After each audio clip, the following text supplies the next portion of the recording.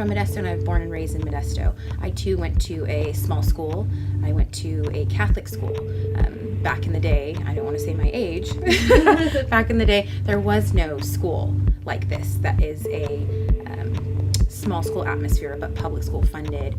Modesto as a whole definitely has some kids that are underserved, and I think I wish we had more Aspire schools in Modesto because I think it would really help out the community. I stay at Aspire because of the high expectations for students and staff, a shared belief that all students can learn, and our mission to serve the underserved population of students.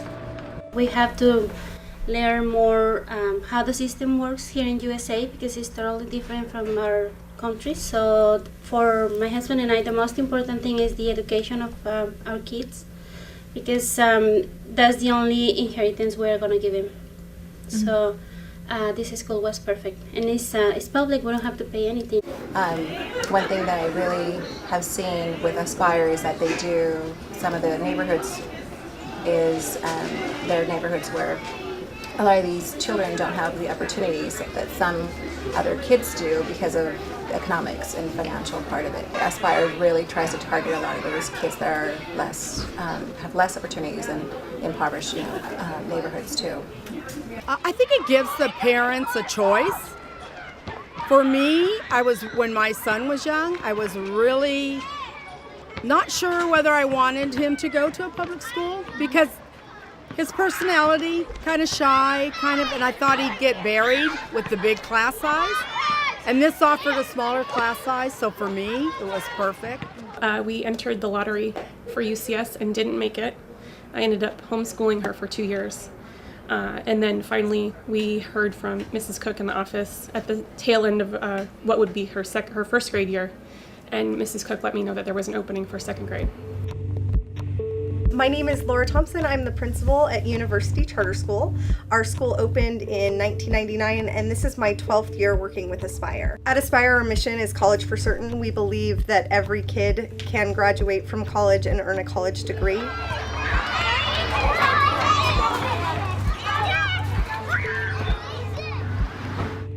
It's almost like they work with the whole child, and they look at the child independently. I know that they have curriculum and state standards that they have to adhere to, but in my experience with my children, I really feel like they get to know your child. His teacher, current teacher, Mr. Milbury, is so great with him.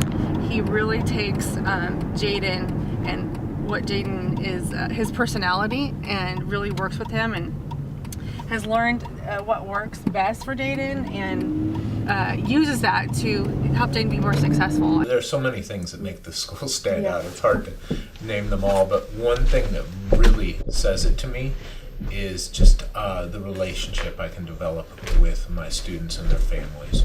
You know, I say it's a community of learners, or it takes a village to teach a child, but I really feel that here. The other thing I really like here is looping. I really like being able to have the same kids a couple of years in a row. Part of University Charter School and Aspire public school standards are that you follow each child within your 22 kids in your classroom 2 years. I think the benefit for these kids, it's really actually 100% foolproof. We help the kids. There's 2 years of you cannot fall through my fingertips. So they can be able to go to college with social skills, academics, and also daily life strategies and problem solving.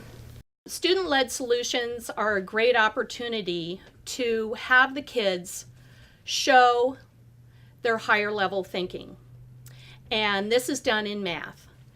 One of the components of student-led solutions is academic discourse. My answer is, my strategy is, make sure you explain your thinking. I like your enthusiasm. 20 plus 20 equals 40. From when we look at our generation to how the kids are learning math in this generation, it is night and day. There's no comparison at all. I think the different methods to teach these kids math, but especially or science or any other topic, they're very hands-on. My answer is 40 raisins. My strategy is 40 raisins. My strategy was decomposing. My answer is 40. My strategy was value. The visual arts, the music program, all of that, it's like teaching with the brain in mind. Also, it helps with your math skills because all of the notes are quarter note, half note, things like that. And when you're doing that, you're actually using math to syncopate rhythms. Good. And then we also sing in German, French, Italian, Latin, things like that. And we help them learn how to use different languages and pronounce things different ways so that they can look at things from many different angles. I love my country. I love my freedom. I love my flag and Independence Day. A lot of Aspire schools are small schools, and we have those all staff meetings, and we get together, and all staff meetings are once a month, so we can, air out anything that, misconceptions or things like that we're having trouble with. So Aspire does a really good job with their all staff meetings, their grade level team meetings, and those are every week. So you as a teacher instead of a student don't fall through the cracks. We really help each other and we collaborate, and that's what I love about the school. Every Wednesday at Aspire, students get let out early so that the teachers can collaborate with each other. Teachers plan lessons together. They talk about student data, look at student performance, and talk about ways that we can strategize to help kids succeed. For me, with grade level teams, I'm able, because I'm not a grade level anymore, is I participate in all of them, so my job a lot is like consultation. I work with our students that are both students that are in special education on an IEP, and I also work with our children that are on a program that's called RTI, so it's Response to Intervention.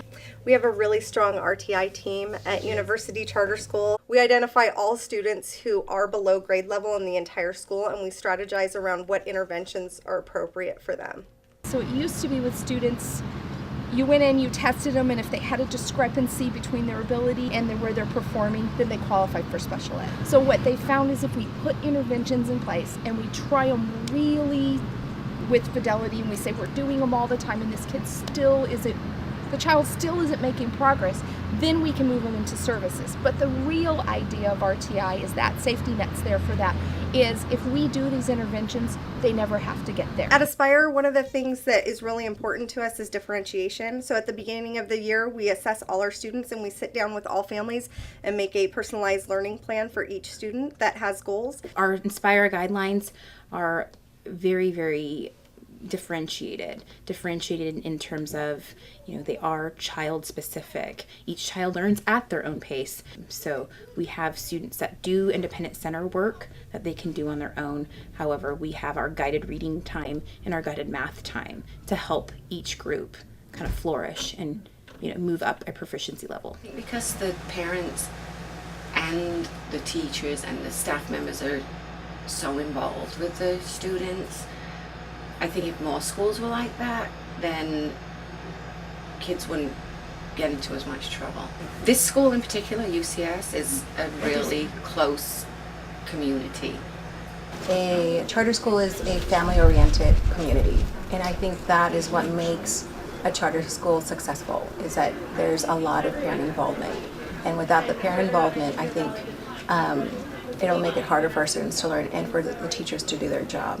The parent involvement here at UCS is 10 times more than any other school that I know of, actually. So yeah, that part is, it's a bubble here. It's a little community of the educators and the parents and everybody working together that I haven't found anywhere else.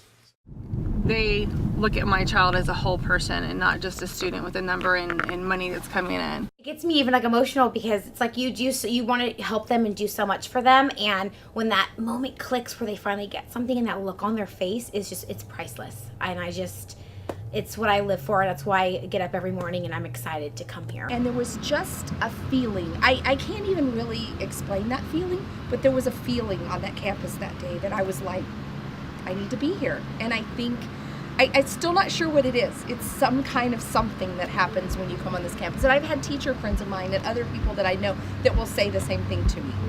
There's just something about this campus when you come here that it's a homey, I belong. I just felt like I belonged here. Right.